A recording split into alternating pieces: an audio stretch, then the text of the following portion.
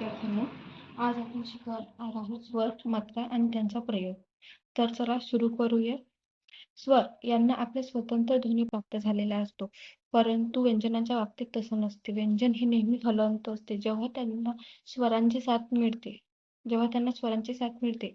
तेव्हा ते अजंत संबोधल्या जातात. त्यांना अजंत संबोधल्या जाते, कारण की विदाऊट स्वर म्हणजे स्वरांच्या बिना त्यांचा उच्चार क, ख, क, घ अशा पद्धतीने केला जातो. परंतु जेव्हा त्यांना स्वरांची साथ मिळते तेव्हा ते पूर्ण व्यंजन तयार होतं. उदाहरणार्थ हलंत क अधिक अ, हलंत क अधिक अ, क, आ.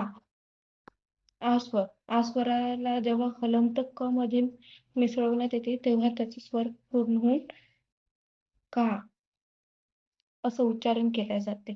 त्याच पद्धतीने ई ची मात्रा ह्रस्व ईचा जेव्हा उपयोग हलंत क मध्ये केला जातो तेव्हा तो की, ह्रस्व की असं त्याचं उच्चारण निघते. की या पद्धतीने त्याचं उच्चारण निघते.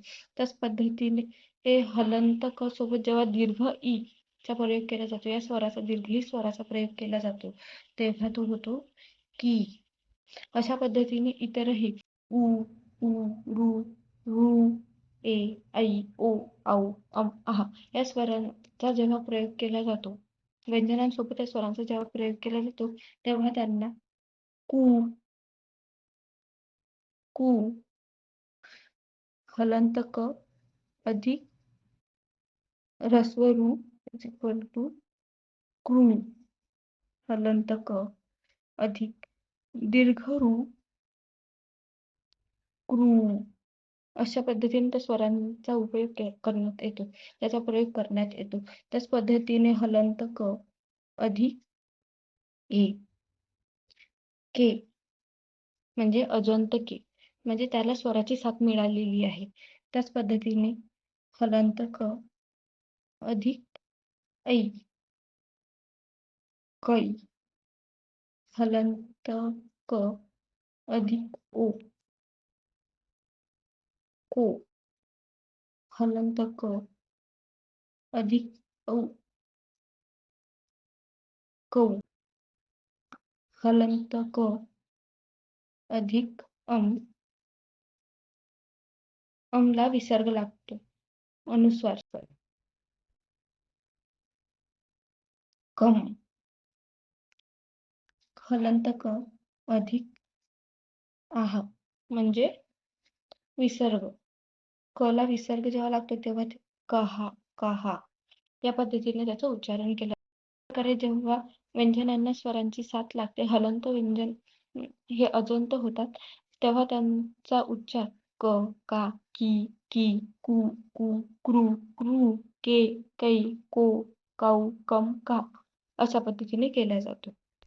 याच प्रकारे इतर व्यंजनांना सुद्धा जेव्हा स्वरांची साथ मिळते त्याचे उच्चारण सुद्धा क, का, की प्रमाणेच केले जाते. जसं उदाहरणार्थ आपण घेऊया च. हलंत च ला जेव्हा अ ची साथ मिळते, अ या स्वर त्यामध्ये सामील केला जातो तेव्हा तो पूर्ण च असं उच्चारण त्याचे केले जाते. हलंत च अधिक आ, चा, हलंत च अधिक ई, ची, हलंत च अधिक दीर्घ ई इज इक्वल टू ची. अशाच पद्धतीने इतर व्यंजन आपण बघूया. व्यंजनांना जेव्हा स्वरांची साथ मिळते तेव्हा कशा पद्धतीने शब्द तयार होतात. तर पहिला शब्द घेऊया आपण गायक.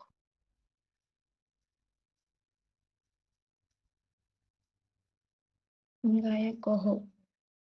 हा गायक हो कसा तयार झाला, तर हलंत ग अधिक आ अधिक हलंत य अधिक अ हलंत क अधिक अह.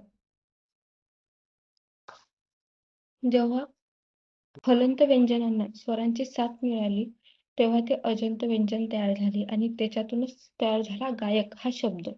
याच पद्धतीने नायक. नायकः. न हलंत न अधिक आ अधिक य हलंत य अधिक अ अधिक हलंत क अधिक अह नायकः. त्याच पद्धतीने ए सहोदरः. सहोदरः सहोदरः सहोदरः तर हलंत स अधिक अ हलंत ह अधिक ओ हलंत द अधिक अ हलंत र अधिक अह. तर शब्द तयार झालेला आहे सहोदरः. आता एक अजून बघूया आपण पेटिका. पेटिका कसं तयार झाला? हलंत प अधिक ए हलंत ट अधिक ई ह्रस्व ई हलंत क अधिक आ. अशा पद्धतीने जेव्हा व्यंजनांना स्वरांची साथ मिळते तेव्हा गायक, नायक, सहोदरः, पेटिका, वानरः, नखः, गिरिः, कृषकः, वृषभः अशा पद्धतीने शब्द तयार होतात. आजची कक्षा आपण इथेच थांबूया. पुढच्या कक्षेत पुन्हा भेटूया. नमो नमः.